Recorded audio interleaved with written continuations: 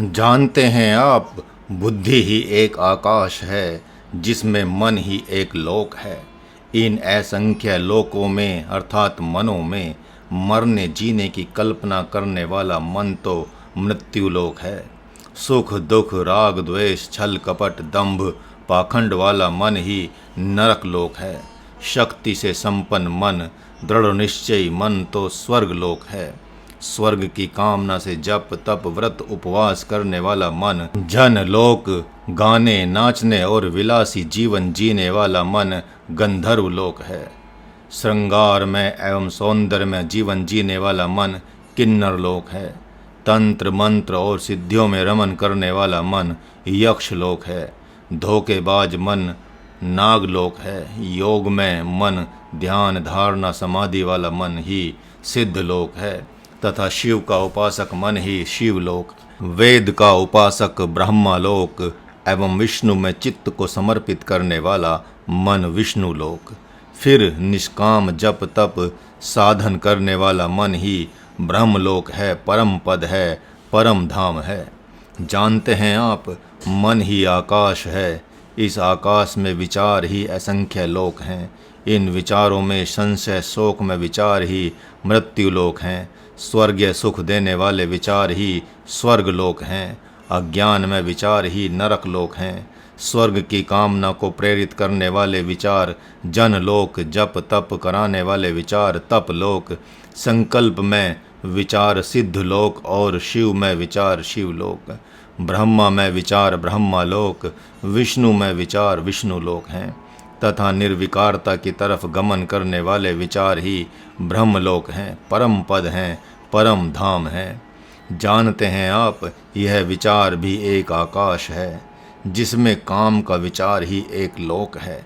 इन लोकों में पशुवत काम मृत्युलोक, बलात्कारम में काम नरक लोक, धर्म में काम स्वर्ग लोक, विवेक में काम सिद्ध लोक जैसे महर्षि पराशर का काम जो महर्षि व्यास को प्रकट करता है, व्यास का काम जो महात्मा सुखदेव को अवतरित करता है। शिव में हुआ काम शिवलोक, ब्रह्मा में हुआ काम ब्रह्मालोक, विष्णु में हुआ काम विष्णुलोक और ब्रह्म में राम में कृष्ण में हुआ काम ही ब्रह्मलोक, परम पद परम धाम है। अर्थात यह संस्कार रूप विचार भी एक आकाश है जिसमें काम में विचार गंधर्व लोक, लोभ में विचार मृत्युलोक, क्रोध में विचार असुर लोक, राग में विचार पशु पक्षी लोक, द्वेष में विचार प्रेत लोक इत्यादि हैं। इनमें विष्णु की कामना वाले विचार विष्णु लोक, शिव की कामना वाले विचार शिवलोक तथा कोई अपने स्वरूप की कामना वाला विचार ही कैवल्य लोक, सायुज्य लोक एवं ब्रह्मलोक है। जीव लोकोपाख्यान नामक गूढ़ात्मक रहस्य पूरा हुआ।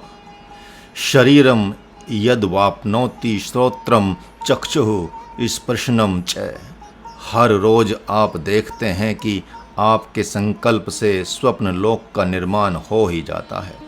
वहाँ पर आप वासनात्मक शरीर का आश्रय लेकर जो मनमो कहा जाता है, शब्द स्पर्श आदि विषयों को भोगते ही हैं। वहाँ भी आप इस लोक की वासना के अनुसार ही भोग भोगते हैं। जो यहाँ निरक्षर है, किसी अपवाद को छोड़कर कभी भी स्वप्न लोक में किताब नहीं पढ़ सकता, अर्थात जो कामी है वह काम में तथा जो भगवत भक्त है वह राम में ही स्वप्न देखेगा। जिसमें प्रीति होती है, स्वप्न जगत में वह उसी विषय वस्तु का निर्माण कर लेता है।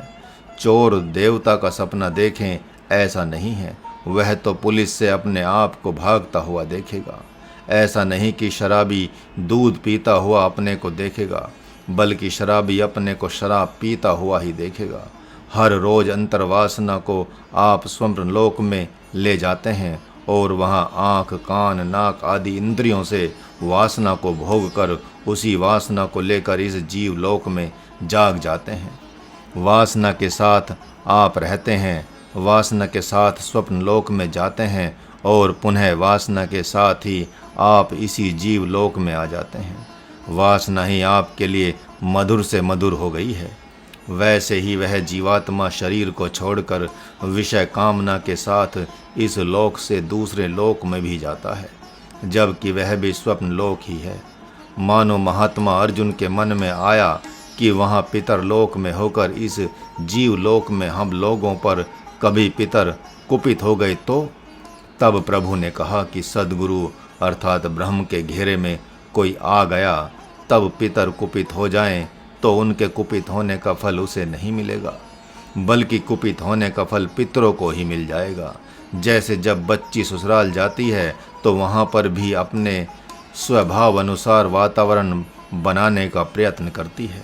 सास को अपनी माँ, ससुर को पिता, देवर को भाई तथा वहाँ की बच्चियों को सहेली एवं उन लोगों के रिश्तेदारों को अपना रिश्तेदार मानकर अपने मायके जैसा ही वहाँ भी जीवन जीती है। कोई विदेश में सर्विस करने जाता है तो वहाँ वह भी किसी को मित्र, मित्र के भाई को मित्र, भाई को भाई, उसके माता पिता को माता पिता आदि बनाकर अपने घर के अनुरूप ही वातावरण बनाकर जीता है। उसी प्रकार जीवात्मा भी अपने स्वभाव के अनुरूप ही वासनाओं के साथ क्रीड़ा में रत हो जाता है।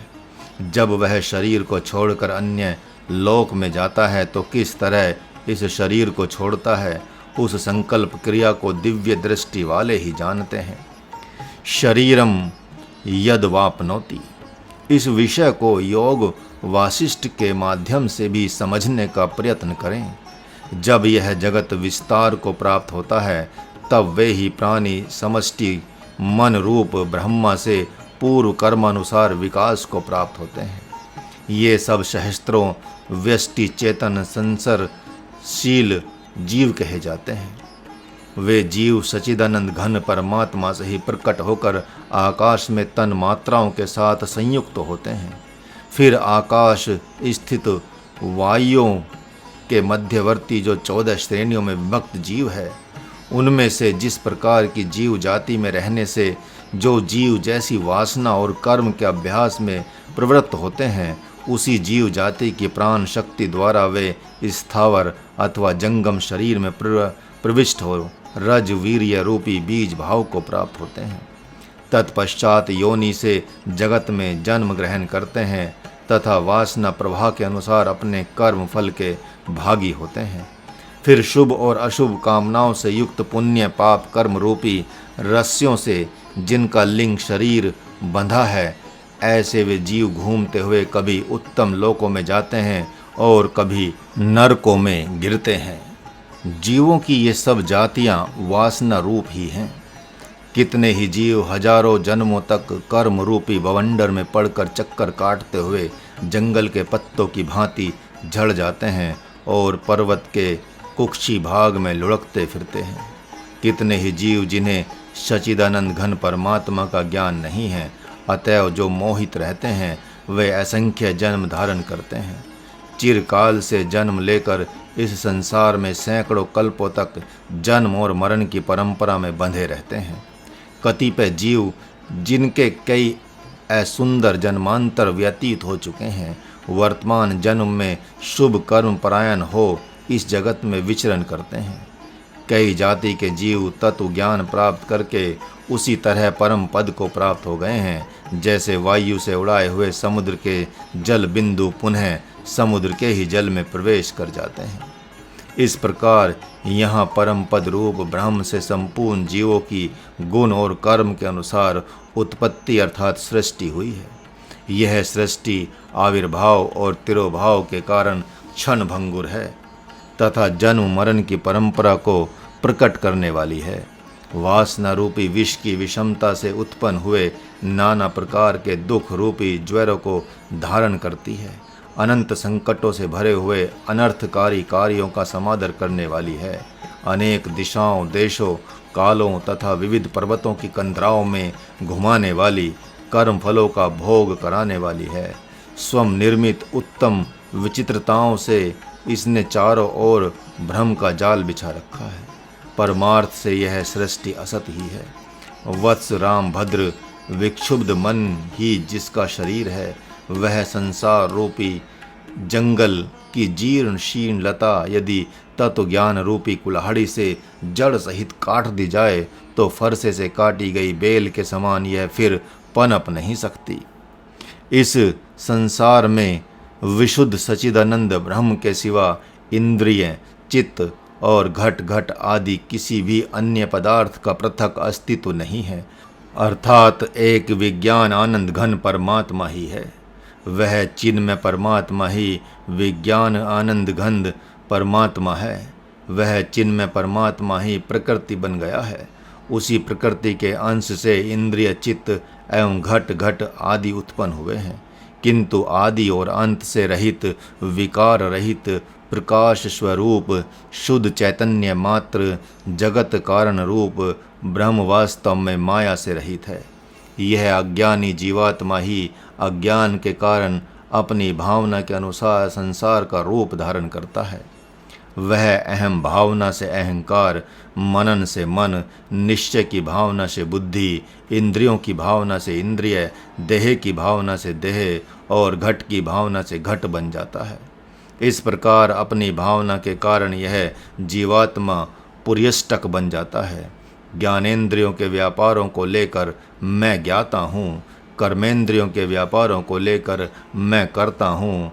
उन ज्ञान कर्मेंद्रियों के व्यापारों से जनित सुख दुखों का आश्रय होने से मैं भोगता हूँ। उदासीन होकर सबका प्रकाशन करने से मैं साक्षी हूँ इत्यादि अभिमान युक्त जो चैतन्य है वही जीव कहा गया है। वही जीवात्मा अपनी भावना से समय समय पर स्वयं ही अनेक रूप हो जाता है। जैसे जल के सींचने से बीज के पल्लव आदि आकार होते हैं, वैसी ही भावना के अनुसार उस जीव के भी शरीर, स्थावर एवं जंगम आदि अनेक रूप होते हैं। क्योंकि वह जीवात्मा अज्ञान से यह मान लेता है कि मैं चेतन आत्मा नहीं हूँ किंतु शरीर आदि हूँ। वासनाओं के वशीभूत हुआ यह जीव कर्म अनुसार चिरकाल तक स्वर्ग नरक में आवागमनों द्वारा जगत में घूमता ही रहता है। इनमें से कोई तो विशुद्ध जन्म के कारण पहले जन्म में ही परमात्मा को यथार्थ जानकर आदि अंत से रहित परम पद परमात्मा को प्राप्त हो जाता है। कोई बहुत काल तक अनेक योनियों में प्राप्त सुख दुख आदि भोगों के अनंतर परमात्मा के यथार्थ ज्ञान द्वारा परम पद को प्राप्त होता है। श्री राम बाह्य विषयों के ज्ञान में इंद्रिय संबंध ही सदा कारण है और वह इंद्रियों का संबंध चित्त से युक्त जीवित पुरुष में ही संभव है, मृत पुरुष में कभी नहीं।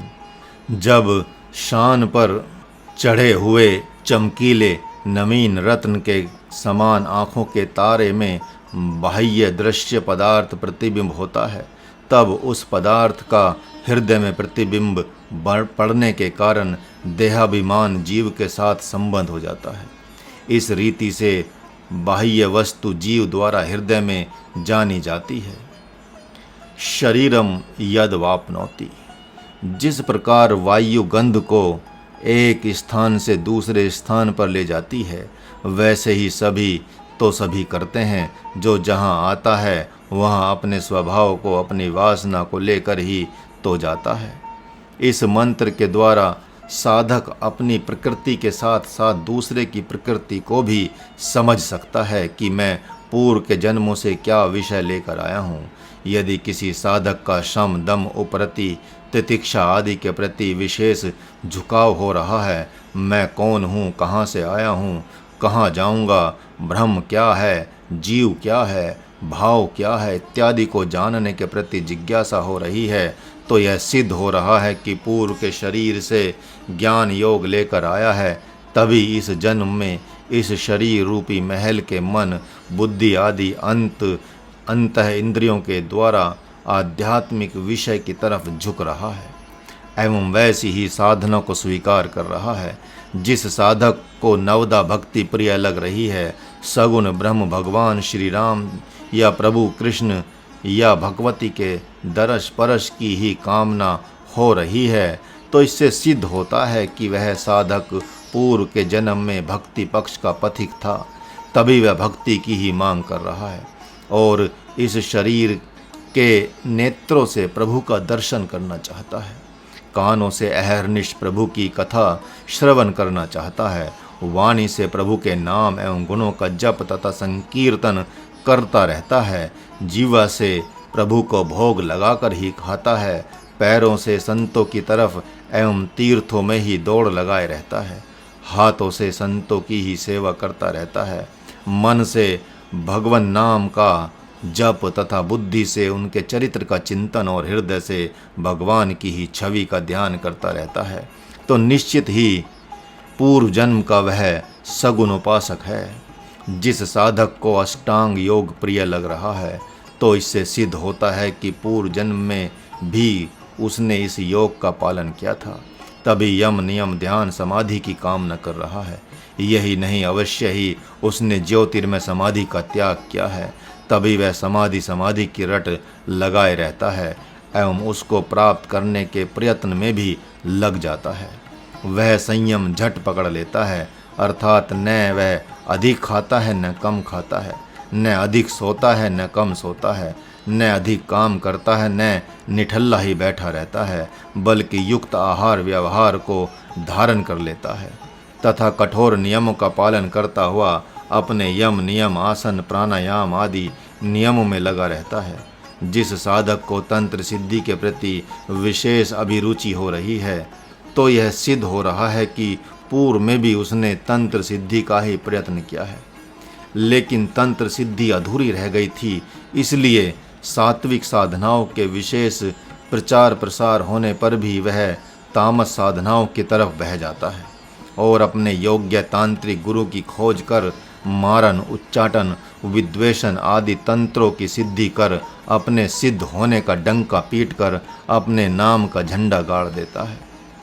शरीरम यद वापनोति, इसी प्रकार पूर्व की कामनाओं को मन के द्वारा साथ लाकर वह अपने विषय को अपने अनुकूल शरीर की रचना कर भोगता है। जो बाल बच्चों की ही उपासना करने वाला था, वह उन्हीं की मंगल कामना करते हुए सकाम जप तप योग यज्ञ के द्वारा पुनः मनुष्य लोक में आकर शादी विवाह कर उन बाल बच्चों को ही अपनी आत्मा बना लेता है, उन्हें ही अपनी इंद्रियों का विषय बनाकर उनका उपयोग करता रहता है, स्त्री को आनंद का विषय बना लेता है, पुत्र पुत्रियों को अहंकार का विषय बना लेता है, धन को जिह्वा का विषय बना लेता है, इत्र फुलेल को नाक का विषय बना लेता है, सिनेमा सर्कस को नेत्रों का विषय बनाता है, बाल बच्चों के भविष्य की चिंता करना मन का विषय बना लेता है, उनके सद्गुणों दुर्गुणों को चिंतन का विषय बना लेता है। तभी तो जीवन बीत जाता है और न भगवान को जानने की कामना होती है और न अपने को ही जानने की उत्सुकता होती है। इतना ही नहीं, निर्विषय पुत्र को जो पूर्व जन्मों का साधक है, उसे भी विषय बनाने का हर संभव प्रयास करता है, उसके द्वारा विषय को अस्वीकार करने पर विरोध भी कर बैठता है। वह कहता है कि मैंने तुम्हारे लिए सब कुछ किया है, मर मर कर जिया है और तुम अब भगवान के हो जाओगे। देखता हूँ ऐसा कैसे हो सकता है। अरे जब मैं न रहूँ तब तू अपने भगवान के लिए जीना या अपने अहंकार के लिए जीना, मैं तो देखने नहीं आऊँगा। अभी तो तुम ऐसा करके मेरी बनी बनाई इज्जत को चौपट नहीं कर सकते। इस प्रकार जो जिस विषय को लेकर आया है उसे भोगने का पूरा प्रयास करता है। घर गांव में बहुत प्रकार के विषय पुरुष पाए जाते हैं, जिनको 3 भागों में बांटा गया है, सात्विक राजस एवं तामस। इनमें सात्विक पुरुष को यदि तामस पुत्र हो गया तो स्पष्ट है कि वह पूर्व जन्म का ऐसा वैरी है जो एकमात्र सात्विक पुरुष का पुत्र बनकर बदला लेने आया है। इसी से वह पिता माता एवं परिवार के सर्वथा विपरीत आचार विचार आहार व्यवहार वाला होगा, क्योंकि शरीर छोड़ते समय उसने अपने वैरी को ही याद किया है, अतः वह वैरी का व्यवहार करना प्रारंभ कर देगा। यही बात तामस धर्म पत्नी के प्रति भी समझनी चाहिए। उसने उस शरीर को छोड़ते समय वैरी के वैर को ही स्मरण किया है, तभी तो सात्विक पुरुष की तामस धर्म पत्नी बनकर उसे दुख देती रहती है। ठीक इसके विपरीत शरीर छोड़ते समय जब कोई जीव किसी के उपकार को याद करके शरीर छोड़ता है तो वह सात्विक पुत्र बनकर अपने माता पिता को देवता मानकर उनकी तब तक पूजा करता है जब तक कि वह उनके ऋण से मुक्त नहीं हो जाता। इस प्रकार विषयी जीवों में से तामसी जीव तामसी शरीर की रचना करके अपने तामस विषय को भोगता है। राजसी जीव तामस एवं राजस मिश्रित शरीर की रचना करके अपने राजसी विषयों को भोगता है और सात्विक जीव राजस तथा सात्विक शरीर की रचना कर अपनी भगवत साधना को भोग का विषय बनाता है तथा जो इनसे ऊर्ध्व गति वाला जीव है वह दिव्य शरीर की रचना करता है जिससे कि सर्वस्व त्याग रूप वृत्ति को ही अपनी वासना का विषय बनाता है। जैसे ऋषि महर्षि जीव के चित्त में एक ऐसा कोश है जिसमें भले बुरे तथा मिश्रित कर्म संचित होते रहते हैं। जब जीव मरणासन होता है तो उसी कोश में से संपूर्ण कर्म उसके सामने नाचने लगते हैं। उस समय उसे घोर पश्चाताप होने लगता है। यदि वह किसी की वस्तु को लेकर छल से या विवशतावश नहीं दे पाया है तो उस समय उसे पश्चाताप के कारण से अगले जन्मों में उसी पुरुष का नौकर बनना पड़ता है। यदि बहुत विशेष चोरी डकैती करके छीना झपटी करके छीन लिया है तो उसी को पूरा करने के लिए उस पुरुष का पशु बैल घोड़ा गधा कुत्ता आदि बनकर आना पड़ता है। इस सृष्टि में जहाँ भी जो कुछ भी थोड़ा या विशेष संबंध है इसका कारण निश्चित रूप से अदला बदली करना है जिसका समाधान बिना अपने स्वरूप में स्थित हुए होता ही नहीं।